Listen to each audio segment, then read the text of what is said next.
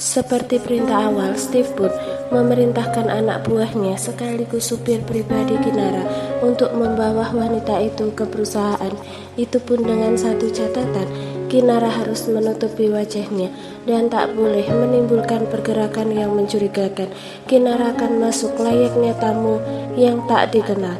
Wah, besar sekali perusahaannya. Kinara menatap kagum bangunan yang sangat tinggi itu lalu masuk ke dalam perusahaan. Tak pernah ia bayangkan sebelumnya ia akan menginjakkan kaki di perusahaan terbesar di negara ini. Dulu ia hanya bisa melihat semuanya di televisi, sekarang ia malah bisa masuk ke ruangan CO-nya langsung. Anda sudah datang, Nona? Sapa Steve yang berdiri di depan lift sedari tadi, menunggu kedatangan Kinara. Iya, jawab Kinara. Mari ikut saya, Nona. Tuan sudah menunggu Anda, ucap Steve mempersilahkan Kinara untuk berjalan di depannya. Aku tak tahu jalan, cicit Kinara saat dipersilahkan berjalan di depan. Saya akan menuntun Anda, ucap Steve. Kinara pun mengangguk saja. Entah apa yang akan ia hadapi setelah ini. Padahal kalau dipikir-pikir, ia hanya bisa bertemu suaminya di malam hari. Itu kan sudah perjanjian dengan istri pertama suaminya. Silahkan masuk, Nona, Tuan sudah berada di dalam. Kinara pun mengangguk lalu masuk ke ruangan yang bertuliskan ruangan CO. Ia langsung mendapati suaminya tengah duduk sembari menatap ke arahnya. Hal itu membuat Kinara jadi gugup dan refleks menundukkan kepalanya. Duduk, titah Rehan. Ingin rasanya Kinara pulang saja daripada bertemu suaminya di siang hari. Apa kau tuli? Tanya Rehan dengan nada dingin khasnya. Kinara pun langsung berjalan menuju kursi yang ada di depan meja Rehan, lalu duduk dengan masih menundukkan kepalanya. Apa kau tahu kesalahanmu? Tanya Rehan mengetuk-ngetuk permukaan meja dengan jari-jarinya. Kesalahan? Kesalahan apa? Apa karena tadi aku memindahkan uang dari kartu yang diberikannya? Batin Kinara berkecamuk mencari letak kesalahannya. Sepertinya kau memang tuli. Apa perlu aku meminta Steve untuk memanggilkan dokter? Kinara merasa seluruh bulu kuduknya berdiri. Mendengar nada bicara suaminya, ia pun mengangkat kepalanya. Tidak perlu, Tuan, saya masih bisa mendengar, ucap Kinara pelan. Kalau kau masih bisa mendengar, jawab pertanyaanku tadi, tegas Rehan melempar pulpen yang ada di mejanya mengenai kepala Kinara. Saya tidak tahu apa kesalahan saya, Tuan. Kinara benar-benar takut sedari tadi. Ia terus memikirkan kesalahannya, tapi tetap saja tak ditemukan. Kau memang tak tahu diri ya, ucap Rehan berdiri lalu mengitari meja dan berhenti di belakang Kinara. Laki-laki itu mencengkeram kedua bahu istrinya, membuat wanita yang baru beberapa hari dinikahinya sontak terkejut. Kau harus dihukum agar tahu apa kesalahanmu, bisik Rehan. Ampun, Tuan. Tidak ada kata ampun untukmu, Kinara Sin. Rehan pun membalikkan kursi yang diduduki Kinara, lalu menggendong istrinya itu masuk ke ruang istirahat. Melihat semua kelakuan suaminya, Kinara hanya bisa berdoa agar ia tak dilukai. Selagi aku menghukummu, pikirkan kesalahanmu, tegas Rehan menghempaskan Kinara. Dengan tatapan tajamnya, laki-laki itu juga perlahan membuka jas. Dengan mata masih menatap tajam istrinya. Apa ini? Kenapa dia membuka? Dan jangan bilang kalau dia ingin melakukan itu di sini. Ini akan belum malam. Batin Kinara menjerit saat melihat suaminya sudah di sisi lain. Sarah seperti orang yang kerasukan karena sedari tadi ia terus saja dihalangi untuk keluar. Kalian mulai berani ya? Aku ini majikan kalian. Aku istri dari Tuan Muda Wijaya. Apa kalian ingin aku pecat, ha? Teriak Sarah kesetanan. Maafkan kami, Nyonya. Ini adalah perintah Tuan Muda. Sarah langsung masuk kembali ke rumah dengan perasaan yang kesal dan marah. Dia bahkan tak datang kemari, padahal ini sudah siang. Apa dia tak menginginkanku lagi? Sarah melempar tas mahal ratusan juta itu, lalu menghempaskan tubuhnya di ranjang. Aku harus bisa keluar dari sini sore harinya. Kinarah membuka kedua matanya. Ia juga sesekali mengucek matanya. Tak terasa sekarang sudah sore saja. Ia bahkan masih tidur berselimutkan kain tebal. Ini semua karena hukuman dari suaminya. Hukuman suaminya sangatlah mengerikan dan juga menggelikan. Kinarah pun meraba-raba perutnya, di mana satu tangan kekar tengah melingkar di sana. "Kau sudah bangun?" tanya Rehan dengan suara yang berat. Kinarah langsung mengangguk tanpa berniat membalikkan tubuhnya dan menghadap suaminya. "Kau sudah memikirkan kesalahanmu?" tanya Rehan membuat tubuh Kinarah langsung menegang. Ya, kesalahan, ia lupa memikirkan kesalahan karena saking menikmati. Belum tuan, kau memang tak tahu diri ya." Rehan langsung menarik tubuh istrinya itu untuk berbalik dan menghadap ke arahnya. "Kau menikmati hukumanmu sampai tak ingat untuk memikirkan kesalahanmu, dasar licik," bisik Rehan dengan tangan yang mulai tak bisa dikondisikan. Tuan, saya tak tahu apa salah saya. Apa karena saya mengambil uang dari kartu yang Anda berikan?"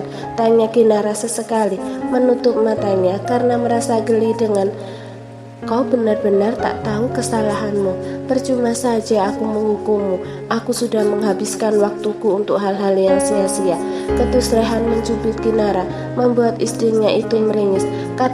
Katakan saja apa salahku, tuan yang terhormat." Ingin sekali Kinara berteriak seperti itu, tapi ia sadar kalau ia tak punya dua nyawa. "Kenapa menatapku seperti itu? Kau sedang memakiku." Tidak tuan, mana berani saya melakukan itu," jawab Kinara dengan tatapan mengibah. Pikirkan kesalahanmu atau aku tak akan membiarkanmu berjalan besok," ancam Rehan lalu bangun dari baringnya dan beranjak ke kamar mandi. Kinara pun menghela nafas lega. Akhirnya ia bisa terbebas dari pelukan mematikan suaminya untuk sesaat. "Aku harus memikirkan apa kesalahanku.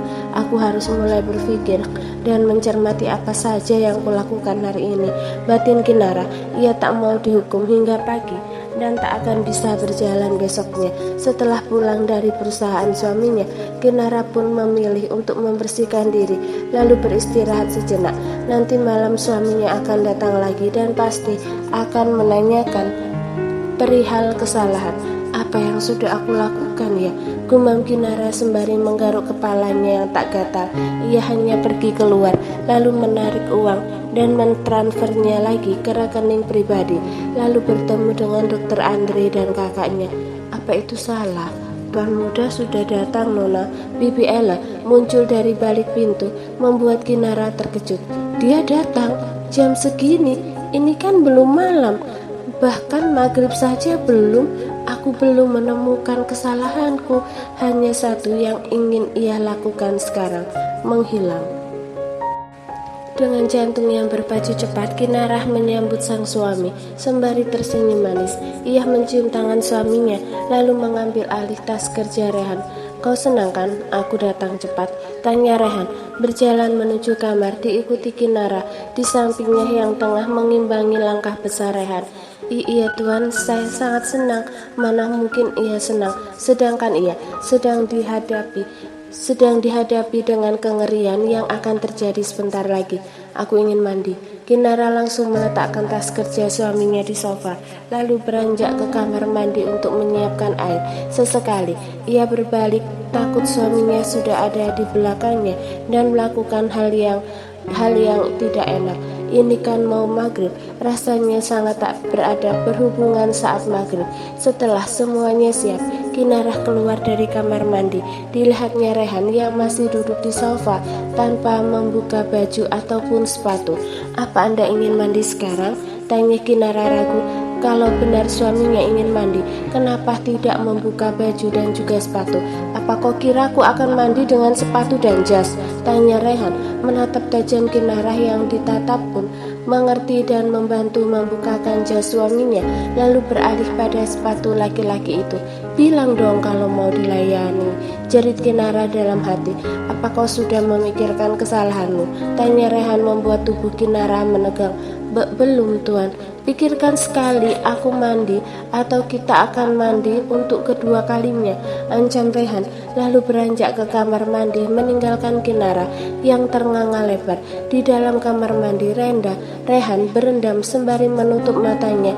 Kehidupannya banyak berubah belakangan ini semenjak ia menikah lagi. Biasanya 1 jam jauh dari Sarah, ia akan merindukan istrinya itu. Tapi sekarang bahkan ia tak ingin memikirkan Sarah. Apa cintanya benar-benar sudah hilang dengan begitu cepat, atau ia hanya sekedar bosan saja? Setelah selesai mandi, Rehan keluar dari kamar mandi. Laki-laki itu menatap sang istri Siri yang tengah termenung di sofa sembari memeluk jas miliknya tadi. Sudut pipi Rehan naik. Laki-laki itu pun berjalan mendekat. Ia sangat suka wajah ketakutan istri Sirinya itu. Apa kau sudah menemukan kesalahanmu? Tanya Rehan setelah mengecup pipi Kinara. Laki-laki itu berdiri di depan Kinara dengan hanya menggunakan handuk sebatas pinggang saja. Saya tidak menemukannya, Tuan. Saya hanya pergi menarik uang dan ke rumah sakit melihat kakak saya, jawab Kinara menunduk takut. Bukankah kau harus dihukum sekarang? Tanya Rehan tersenyum sinis. Sepertinya kau sangat suka sekali dengan hukumanmu, lanjut Rehan menjambak rambut Kinara agar kepala wanita itu mendongak menatapnya. Sudah mau maghrib, Tuan, saya ingin sholat maghrib, ucap Kinara pelan. Mendengar itu, dengan kesal Rehan melepaskan rambut Kinara lalu pergi ke ruang ganti. Untuk berpakaian, Kinara menghela nafas lega. Setidaknya ia bisa lepas untuk sementara. Dia bahkan tak datang sampai sekarang. Kemana kau, Rehan? Teriak Sarah melempar semua barang-barang di meja riasnya. Apa dia ada di rumah babu itu? Aku harus menyelidikinya. Jika dia benar di rumah babu itu siang dan malam, maka aku akan memberikan perhitungan pada babu tak tahu diri itu, ucap Sarah tersenyum licik. Ia pun mengambil ponselnya lalu menghubungi seseorang. Setelah telepon tersambung, Sarah langsung berbicara dengan nada lembut. Sikapnya berubah 180 derajat dari yang tadi. Entah siapa yang ia hubungi, tapi tampaknya dia adalah orang yang bermakna bagi wanita yang sudah memiliki suami itu. Di rumah istri Siri Tuan Muda Wijaya, kini kedua insan itu tengah makan malam. Setelah selesai sholat maghrib sendirian, Kinara pun mengajak Rehan makan malam. Tuan, apa besok saya boleh ke rumah sakit lagi? Tanya Kinara di sela makan. Rehan pun menghentikan gerakan tangannya lalu menatap sang istri. Saya ingin menjenguk kakak saya, lanjut Kinara seperti tahu tatapan tajam suaminya. Aku memberikan peraturan baru, kau hanya boleh ke rumah sakit sekali dalam seminggu, tegas Rehan lalu melanjutkan makannya. Tapi Kinara langsung terkejut saat Rehan menusuk sepotong ayam di piringnya dengan garpu. Maafkan saya, Tuan. Kinara tak berani lagi bersuara. Ia takut ditusuk dengan garpu seperti sepotong ayam itu. Setelah selesai makan, Kinara langsung ke kamar, sedangkan Rehan pergi menerima telepon. Kinara kembali merenung. Ia hanya boleh pergi sekali dalam 1 minggu ke rumah sakit. Itu sangat memberatkannya. Sepertinya ia harus membeli ponsel baru untuk menyimpan nomor Dr. Andre. Ya, selama ini ia tak memiliki ponsel karena sudah lama rusak. Ia tidak ada uang untuk membeli ponsel karena uang gajinya habis untuk pengobatan sang kakak. Jadi untuk mengetahui kondisi kakaknya, biasanya Dr. Andre selalu mengirim surat ke tempat kerjanya melalui kurir. Suara pintu kamar terbuka membuat Kinara langsung tersadar dari lamunannya. Anda mau kemana, Tuan? Tanya Kinara saat melihat suaminya memakai jaket. Bukan urusanmu. Rehan mengambil ponsel yang sempat ia letakkan di meja lalu keluar dari kamar meninggalkan Kinara yang kebingungan. Apa aku harus bahagia? Tanya Kinara menatap kepergian Rehan sembari tersenyum senang. Akhirnya ia bebas walau hanya semalam saja. Bebas. Kinara melompat-lompat riang di atas ranjang. Ia benar-benar senang karena libur dari kegiatan berkeringat. Kinara berteriak kaget saat Rehan membuka pintu dan ia tengah berdiri di atas kasur. Kau sangat senang ya, ucap Rehan dingin dengan sebuah kotak di tangannya. Kinara pun turun dari tempat tidur dan berdiri menunduk. Kau senang aku keluar dan meninggalkanmu ya? Tubuh Kinara menegang saat Rehan mendekat. Saya Tapi sayang, kesenanganmu sudah berakhir. Aku hanya pergi mengambil paket di dekat tangga tadi. Potong Rehan tersenyum sinis. Mengambil paket tapi pakai jaket benar-benar menjebak, pikir Kinara. Aku tak mungkin lupa dengan hukumanmu, istriku. Ucap Rehan menekan kata istriku, membuat tubuh Kinara merinding.